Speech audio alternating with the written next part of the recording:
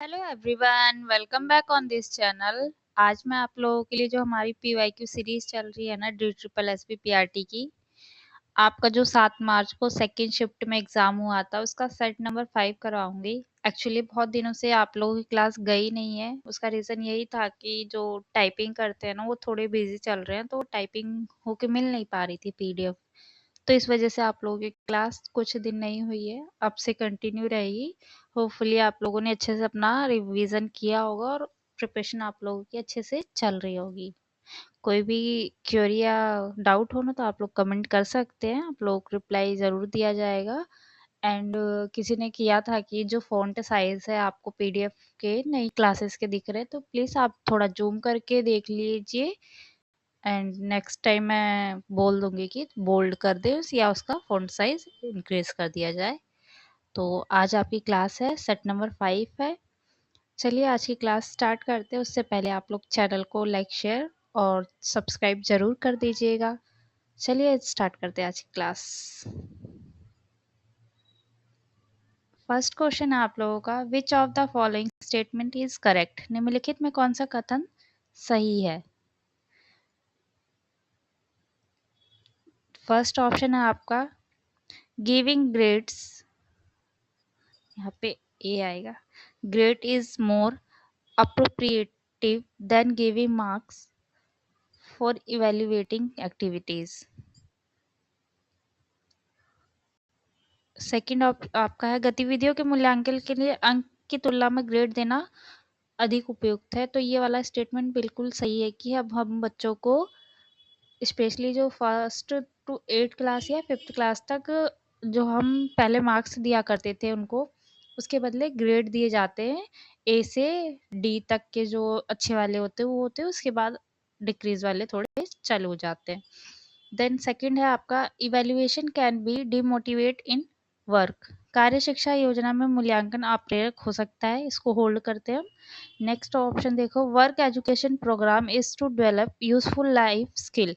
कार्य शिक्षा कार्यक्रम उपयोगी जीवन कौशल विकसित करना करना है। तो बिल्कुल सही है। जो वर्क एजुकेशन होती है आप लोगों की स्कूल्स में जो दी जाती है, उसका मोटिव ही यही होता है कि बच्चों को कुछ ना कुछ ऐसी स्किल सिखाई जाए कि वो अपनी लाइफ में ना अर्निंग कर सके। एक तरीके से कोई सा भी क्राफ्ट वर्क हो या जो भी उसको इजी पड़ रहा है वो उसको सिखाई जाए। ऑप्शन नंबर डी है the evaluative process should be such that the children should learn to work and gain knowledge. मूल्यांकन प्रक्रिया इस प्रकार होनी चाहिए कि बच्चे काम करना सीखें और ज्ञान प्राप्त करें। तो ये भी बिल्कुल सही है। मूल्यांकन हमें क्या करता है, फीडबैक देखता है, प्रतिपुष्टि देता रहता है कि हम अपनी लर्निंग को टेस्ट करते रहते हैं, हमें पता चलता है हमने कितना सीखा है और कितना नहीं सीखा है। इवन हम अपने प्रिपरेशन में भी यही करते हैं, हमेशा हम टेस्ट दे के मॉक दे के ही इवेल्युएट करते हैं कि हमारा अभी भी कितने मार्क्स हम गेन कर पा रहे हैं और कितने नहीं। तो ये वाले स्टेटमेंट बिल्कुल करेक्ट है। जो आपका स्टेटमेंट सेकंड था ना, evaluation can be demotivate in work, तो बिल्कुल गलत है ये कि जो इवेल्युएशन है वो हमें डीमोटिवेट नहीं करता बल्कि मोटिवेट करता है।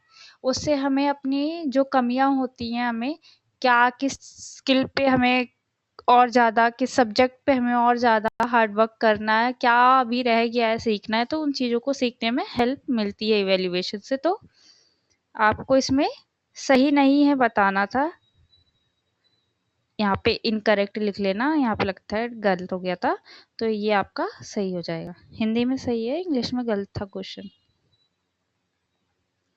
ऑप्शन नंबर क्वेश्चन 2 है which of the following statement is correct regarding the युवा स्कूल लाइफ स्किल प्रोग्राम। युवा विद्यालय जीवन कौशल कार्यक्रम के संदर्भ में निम्नलिखित में कौन सा कथन सही है? तो ये जो आपका युवा कार्यक्रम है, आप लोगों को पता चल रहा होगा जो युवा कौन से होते हैं। ज़्यादातर एडोलसेंट के बच्चों को लिया जाता है जो 25 या 28 तक के होते हैं। तो उसमें जो युवा लोग होते हैं ना, उनको ऐसी स्किल्स डेवलप करी जाती है, जैसे कम्युनिकेशन स्किल्स हो गई, कंप्यूटर के स्किल्स हो गई, ये सारी चीज़ें सिखाई जाती है जिससे उनमें अच्छी चीज़ें डेवलप हो, स्किल्स डेवलप हो और वो बच्चे ना अवेयर हो सके चीज़ों को लेकर या अर्निंग कर सके किसी भी तरीके से। मोटिव यही होता है कि इंडिपेंडेंट बन सके बच्चे हर एक चीज़ में। तो इसका फर्स्ट स्टेटमेंट पढ़ो। It is comprehensive program addressing the need of young peoples. ये युवाओं की ज़रूरतों को पूरा करने वाला एक व्यापक कार्यक्रम है। तो बिल्कुल सही है। इसमें बच्चे जो होते हैं, युवा होते हैं, उनकी जो ज़रूरतें होती हैं उनको समझा जाता है और उसके हिसाब से उनको स्किल सिखाई जाती है। The program has not been modified since 2005।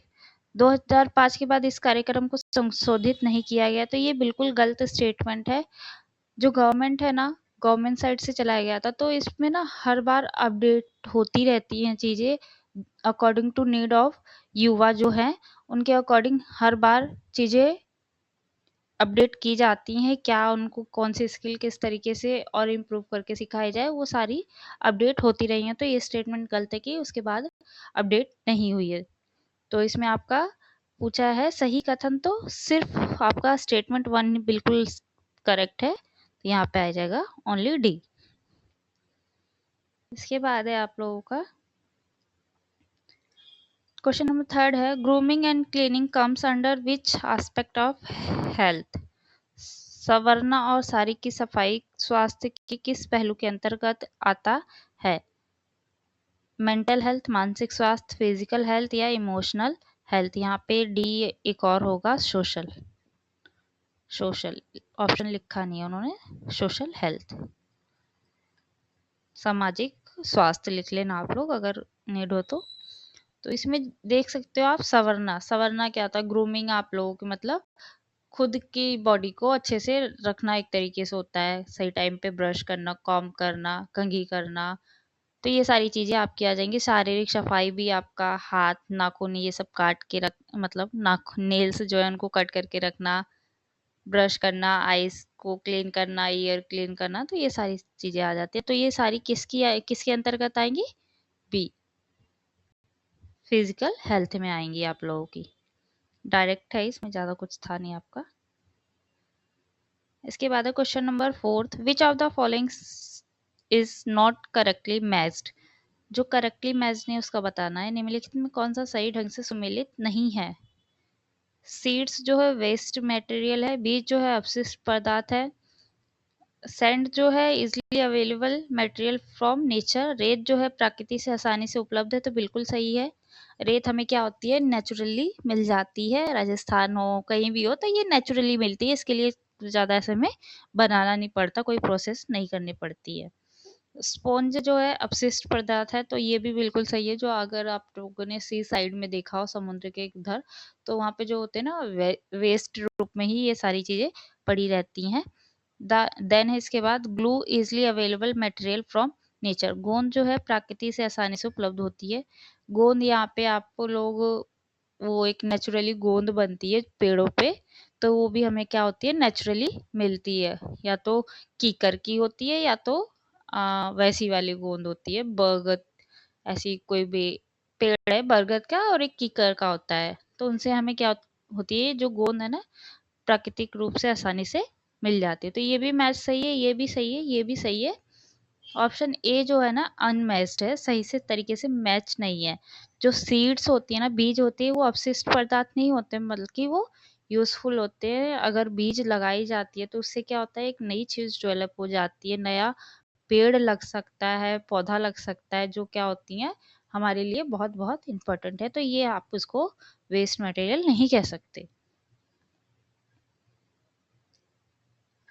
Question number 5 है, which of the following comes under systematic development. निम्नलिखित में कौन सा सुव्यवस्थित विकास के अंतर्गत आता है? सिस्टमैटिक जो डेवलपमेंट होते हैं ना, ऐसे डेवलपमेंट को लिया जाता है जिसमें ना हमारे जो बॉडी पार्ट्स है ना, सारे अच्छे से डेवलप हों, तो उसको हम सिस्टमैटिकली बोलते हैं।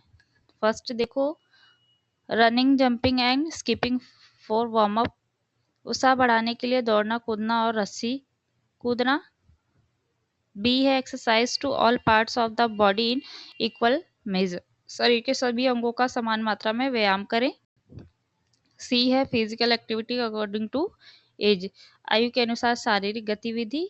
डी है physical activity according to gender, gender के अनुसार शारीरिक गतिविधि। ये तो बिल्कुल ही प्रमोट नहीं करनी चाहिए कि कोई लड़का है लड़की है तो उनके जेंडर के अकॉर्डिंग उनको फिजिकल एक्टिविटी दी जाए, बल्कि जो सिस्टमेटिकली होता है ना, उसका यही मतलब होता है कि जो भी गतिविधियां ये एक्सरसाइज कर रहे हैं ना, वो हमारे शरीर के सभी जो पार्ट्स है इक्वली उनका व्यायाम हो सके। तो ऑप्शन बी आपका करेक्ट है। देन इसके बाद क्वेश्चन नंबर 6 है, which schedule of the Indian constitution entrusts the panchayat bodies with the responsibility of looking after primary and secondary school, technical training and vocational education, adult and non-formal education, library and culture activities। भारतीय संविधान की कौन सी अनुसूची पंचायत निकायों को प्राथमिक और माध्यमिक विद्यालय, तकनीकी प्रशिक्षण और व्यावसायिक शिक्षा, वयस्क और अनौपचारिक शिक्षा, पुस्तकालय और सांस्कृतिक गतिविधियों को शामिल करती हुई शिक्षा की देखभाल करने की जिम्मेदारी सौंपती है। तो ये हमें शेड्यूल बताना है, कौन सा शेड्यूल है। डायरेक्ट पॉलिटी का क्वेश्चन है आपका, हमारे जो शेड्यूल्स है वो बताने हैं कौन सा पंचायती वाले से रिलेटेड है। तो शेड्यूल नंबर जो आपका 11 है ना, वो हमारा पंचायती राज से जुड़ा हुआ है। तो ऑप्शन नंबर जो सी है बिल्कुल करेक्ट हो जाएगा। तो ये डायरेक्ट क्वेश्चन है, अगर आपको आता है तो आप कर लेंगे, अदरवाइज इसमें तुक्के लगाओगे तो गलती हो जाएगा। जीके जरूर करिएगा आप लोग, क्योंकि जीके भी सेकंड पार्ट में भी पूछी जाती है आप लोगों की, हिस्ट्री और पॉलिटी की।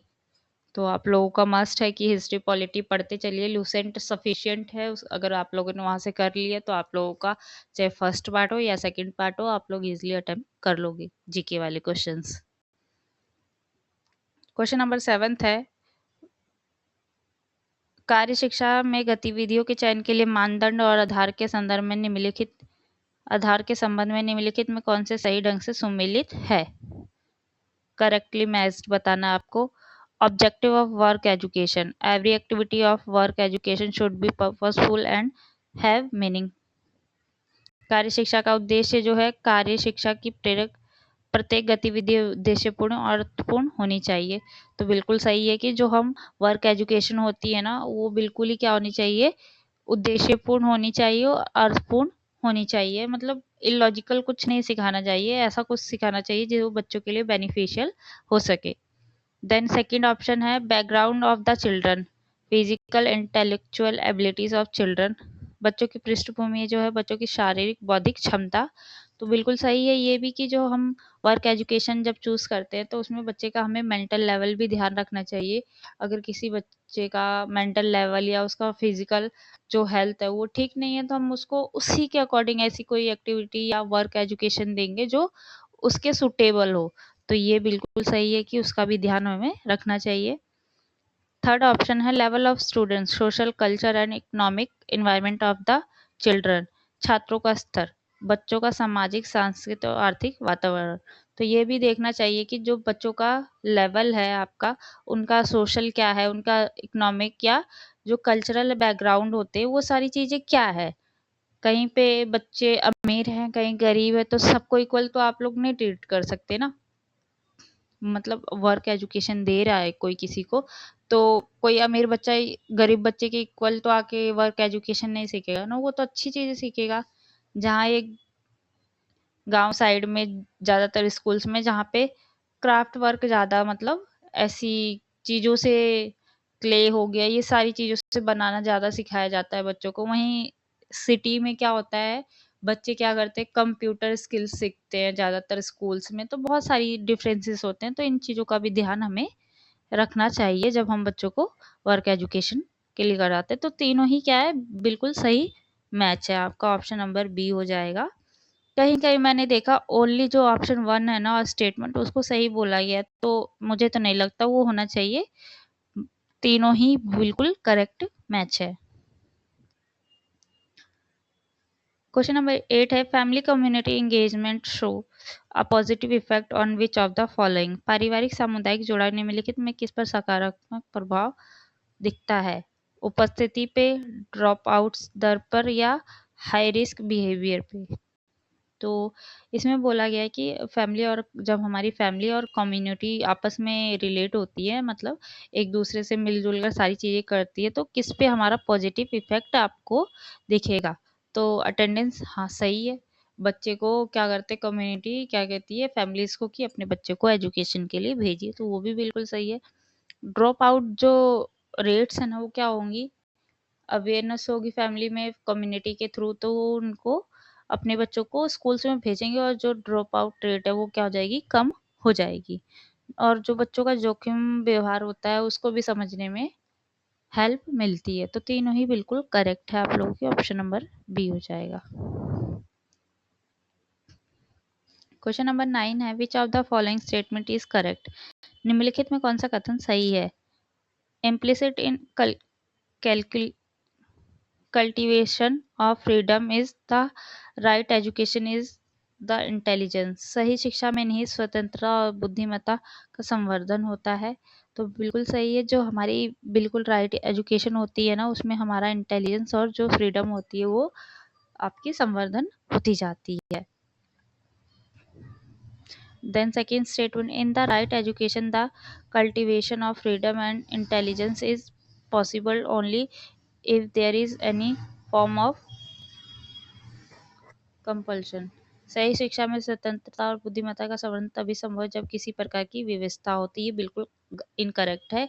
व्यवस्था व्यवस्था होने पे मतलब किसी तरीके की मजबूरी होने पर हम सही शिक्षा हम उसमें फ्रीडम और इंटेलिजेंस नहीं हो सकती। तो ये जो आपका गलत है और हमें करेक्ट बताना है, तो ऑप्शन सिर्फ वन स्टेटमेंट ही करेक्ट है, ऑप्शन नंबर ए आपका करेक्ट हो जाएगा।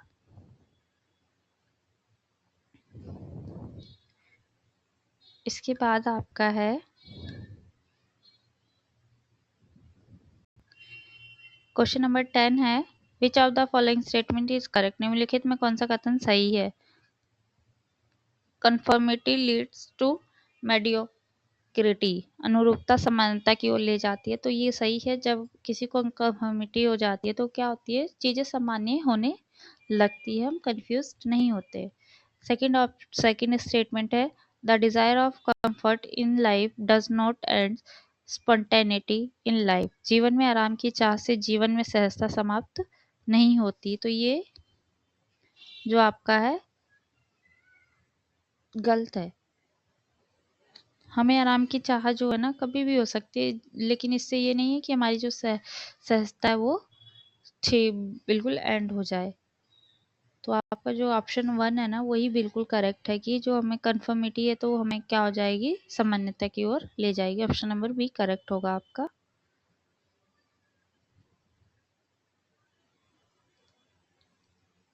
देन है क्वेश्चन नंबर 11 है, which of the following statement is correct. निम्नलिखित में कौन सा कथन सही है। It is easy to understand and dissolve our unconscious fear. जो हमारे अनकॉन्शियस फियर क्या होते हैं, जो चीज़ें हमारे अनकॉन्शियस माइंड में वही चीज़ें होती है जो हमारी डिजायर्स फुलफिल नहीं हो पाती, ऐसी इच्छाएं जो हमारी पूरी नहीं हुई है और वो जाके ना रुक सी जाती हैं, चाहे उसमें हमारा डर हो, हमारी इच्छाएं हो, ये सारी चीज़ें अनकॉन्शियस माइंड में हमारा जाके सेव हो जाता है। तो हम उस चीज़ को तो समझ सकते हैं, उस डर को समझ सकते हैं, लेकिन उसको भंग करना आसान नहीं होता। वो कभी भी उभर सकती है, अगर हम ऐसे ही बैठे हुए तब भी हमारे मन में वो चीज़ें आ सकती हैं, आती जाती है, हम उसको भंग नहीं कर सकते। तो जो आपका स्टेटमेंट 1 है वो तो इनकरेक्ट है। सेकंड देखो, fear can not be eliminated through discipline sublimation और through any other act of will.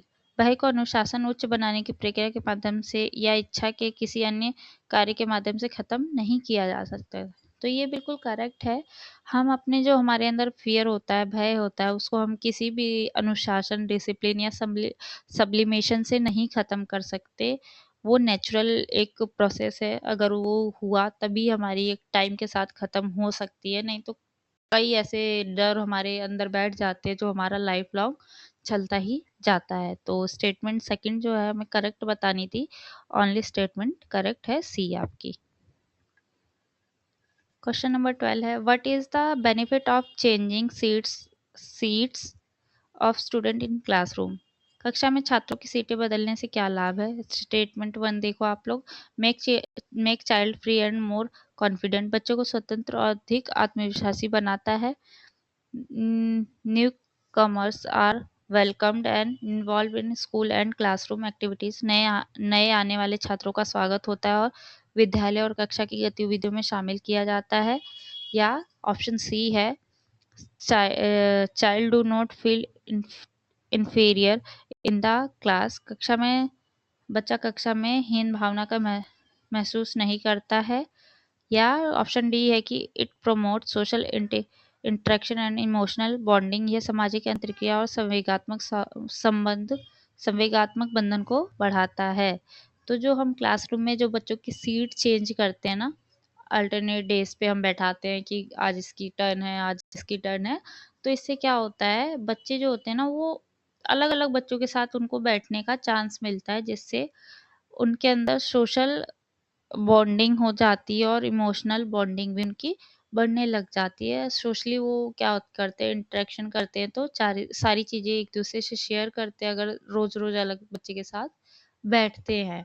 तो इस तरीके से उनका ये ऑप्शन डी आपका बिल्कुल करेक्ट है। ना कि ये सारे भी हैं, लेकिन सबसे ज़्यादा जो करेक्ट आपका है ऑप्शन डी है। एक चीज़ें होती है ना कि पॉजिटिव वे में सारे ऑप्शंस दे देते हैं, बट उन चारों पॉजिटिव में सबसे ज़्यादा कौन सा अच्छा आंसर आपको देना चाहिए, तो वो आपका ऑप्शन डी है इसमें।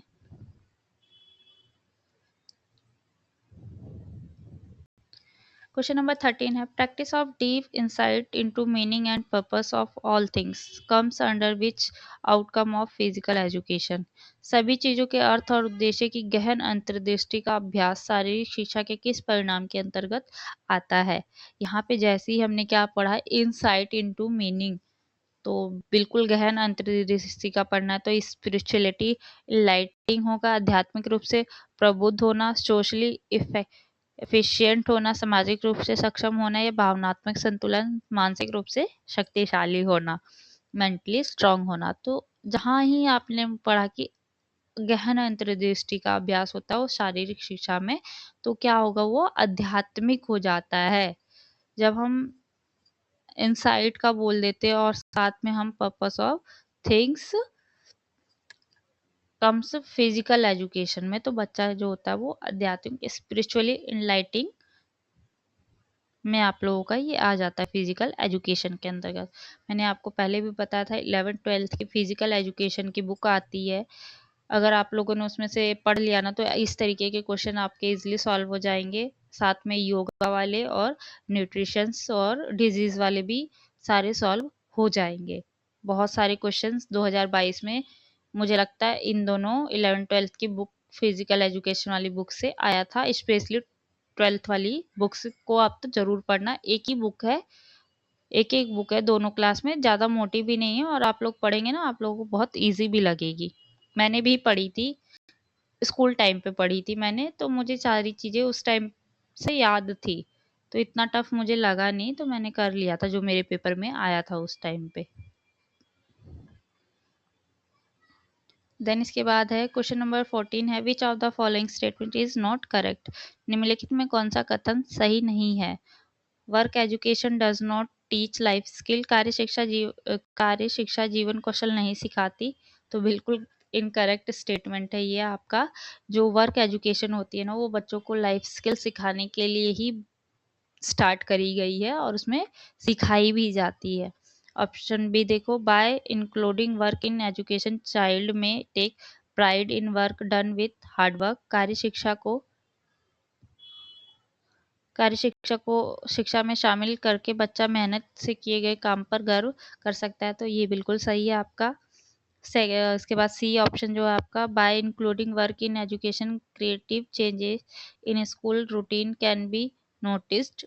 कार्य शिक्षा को कार्य को शिक्षा में शामिल करके विद्यालय की दिनचर्या में रचनात्मक परिवर्तन देखे जा सकते हैं। ये भी सही है, क्योंकि एक पढ़ने वाले माहौल से ना कहीं बच्चों को क्या मिलता है, वर्क एजुकेशन से कुछ नई चीज़ें सीखने का मौका मिलता है तो वो क्रिएटिवनेस भी दिखाते हैं। तो ये आपका बिल्कुल सही स्टेटमेंट है। देन डी है, bye including work in education children gate meaningful knowledge of community resources. कार्य शिक्षा को शिक्षा में शामिल करने से बच्चों को सामुदायिक संसाधनों का अर्थपूर्ण ज्ञान प्राप्त होता है। तो हमारी कम्युनिटी में जो जो चीज़ें रोज रिसोर्स होते हैं ना, उसका हमें किस तरीके से अच्छे से यूज़ करना है ना, उन सारी चीज़ों के बारे में भी बच्चों को पता लगने लगता है।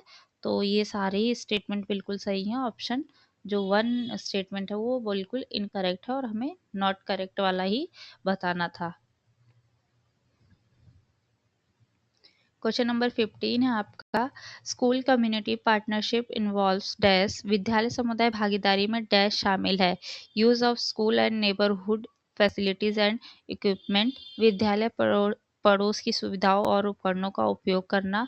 शेयरिंग रिसोर्सेज, संसाधनों को साझा करना। तो संसाधनों को साझा करना एक तरीके से हम ले सकते हैं इन चीज़ों में, और ये दोनों ही बिल्कुल दोनों ही शामिल है। एक तरीके से जब हम स्कूल्स को बोलते हैं कि जो हमारा कम्युनिटी है वहाँ पे पार्क होते हैं, हॉस्पिटल्स होते हैं, या कुछ भी ऐसी चीज़ें होती है, डाक पोस्ट ऑफिस हो गया, तो बच्चों को हम पोस्ट ऑफिस ले जा सकते हैं उनको उनका कॉन्सेप्ट क्लियर करवाने के लिए।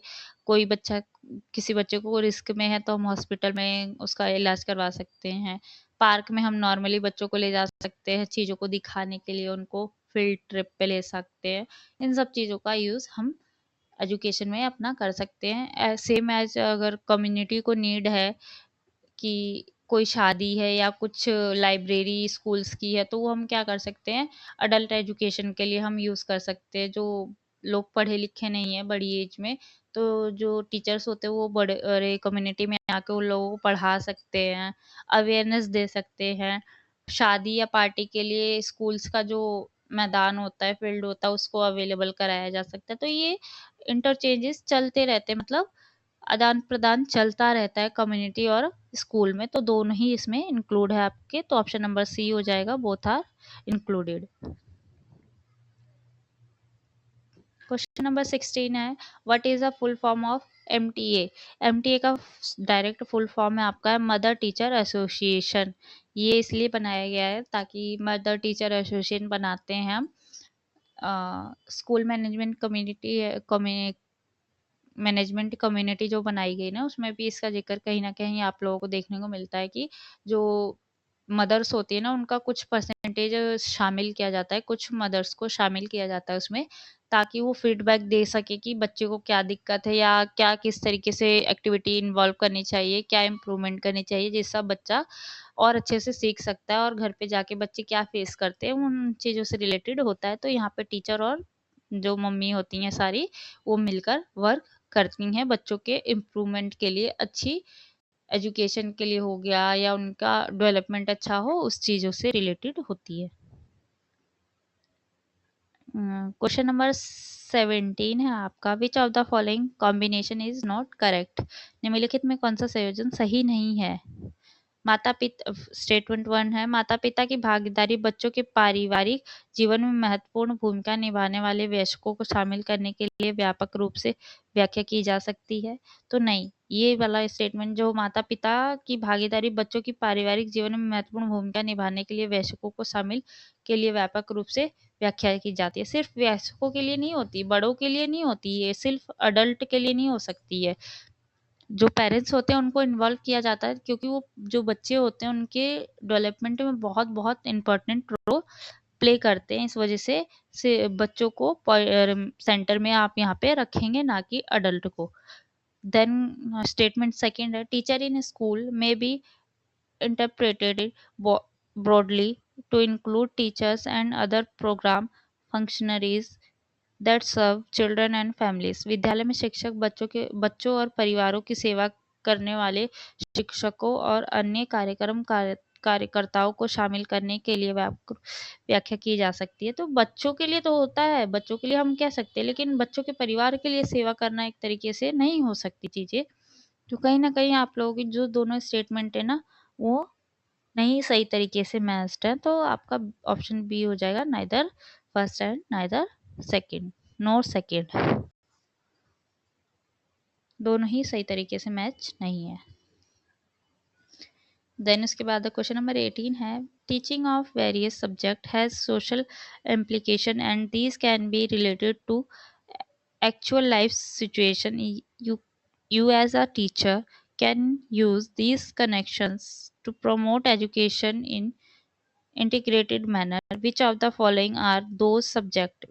विभिन्न विषयों के शिक्षण में सामाजिक निहितार्थ है। ये वास्तविक जीवन की स्थितियों से संबंधित हो सकते हैं। आप एक शिक्षक के रूप में इन संबंधों का उपयोग एकीकृत तरीके से शिक्षा को बढ़ावा देने के लिए कर सकते हैं। निम्नलिखित में से वे कौन से विषय हैं? तो आपका पर्यावरण विज्ञान, इन्वायरमेंटल साइंस बिल्कुल है। बच्चों को इन्वायरमेंट में किस तरीके से क्या चीज़ें होती है वो बताने के लिए हम उसके डेली लाइफ का कर सकते हैं। लैंग्वेज, भाषाएं भी बच्चों की डेली रूटीन में यूज़ होती हैं। देन अर्थमेटिक्स जो अंक गणित है उसका भी बच्चे क्या करते हैं अपनी रियल लाइफ में, एक्चुअल लाइफ में यूज़ करते हैं। सिचुएशन उनके सामने आती है तो हम तीनों ही सब्जेक्ट इंक्लूड कर सकते हैं। ऑप्शन जो डी है वो आपका करेक्ट हो जाएगा। क्वेश्चन नंबर 19 है, you as teacher can organize community programs for school children, youth, adult, etc. and these can be organized in the schools or in the community. Nature of type programs refers to dash. आप एक शिक्षक के रूप में विद्यालय के बच्चों, युवाओं, वयस्कों आदि के लिए सामुदायिक कार्यक्रम आयोजित कर सकते हैं और इन्हें विद्यालयों या समुदाय में आयोजित किया जा सकता है। इन कार्यक्रमों की प्रकृति डैश को संदर्भित करती है। वैश्विक शिक्षा, सांस्कृतिक गतिविधियां या स्वच्छता। तो मैंने आप लोगों को ऊपर भी बताया था कि स्कूल्स में काफ़ी सारी चीज़ें होती है जो हम अडल्ट एजुकेशन के लिए टीचर्स को बोल सकते हैं कि वो कम्युनिटी में जो अडल्ट हैं उनको एजुकेट करे जो अनएजुकेटेड है। सांस्कृतिक गतिविधियाँ होती हैं, कई फेस्टिवल्स आते हैं जिस पे हमें ऐसी कल्चरल एक्टिविटीज़ ऑर्गेनाइज करनी पड़ती है, तो ये भी बिल्कुल सही है। और सैनिटाइजेशन का भी होता है, स्वच्छता के बारे में भी हम अवेयर या कई सारे कैंपेन्स ऑर्गेनाइज किए जाते हैं, जैसे कि स्वच्छ भारत के टाइम पे स्कूल्स में पेरेंट्स और बच्चे को दोनों को बुला के स्कूल्स की सफाई करी जाती है। जो भी नियर बाय गली रोड होते हैं वहाँ पे भी अवेयरनेस के लिए जाते हैं लोग। तो तीनों ही जो एक्टिविटीज़ है इन्वॉल्व होती हैं आप लोगों की। ऑप्शन नंबर जो आपका सी है करेक्ट होगा। देन आपका क्वेश्चन नंबर 20 है, which of the following is correctly matched. इस तरीके के क्वेश्चन भी ना बहुत आए हैं 2022 में। तो देखो निम्नलिखित में कौन सा सही ढंग से सुमेलित है। किसी में सही ढंग से बताता है करेक्टली मैच और कई जगह पे इनकरेक्ट मैच पूछता है। तो ब्लैक मैच जो है आपका लो कॉस्ट मटेरियल है। खाली माचिस जो है कम लागत वाली सामग्री है, बिल्कुल सही है। खाली माचिस वाली कोई खरीदेगा तो वो तो मतलब ऐसे ही मिल जाती है, हमें वेस्ट ही हो जाती है। अगर उसमें से मैच बॉक्स खत्म, स्टिक्स खत्म हो गई तो फेंक दी जाती है। नाइफ जो है आपको प्रकृति से आसानी से उपलब्ध है। चाकू हमें प्रकृति में नेचुरली अवेलेबल होता है, तो ये भी इनकरेक्ट है। मिट्टी प्रकृति से आसानी से उपलब्ध है, तो ये करेक्ट हो सकता है कि जो सॉइल है वो इजिली अवेलेबल है फ्रॉम नेचर।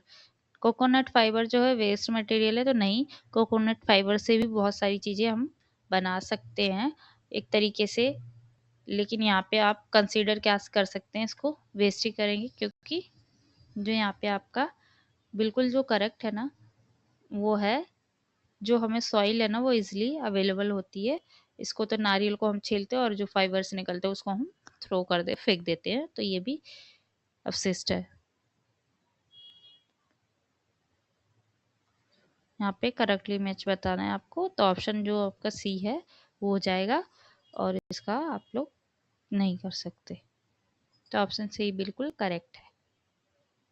ये आज आपकी क्लास रही थी। Thanks for watching.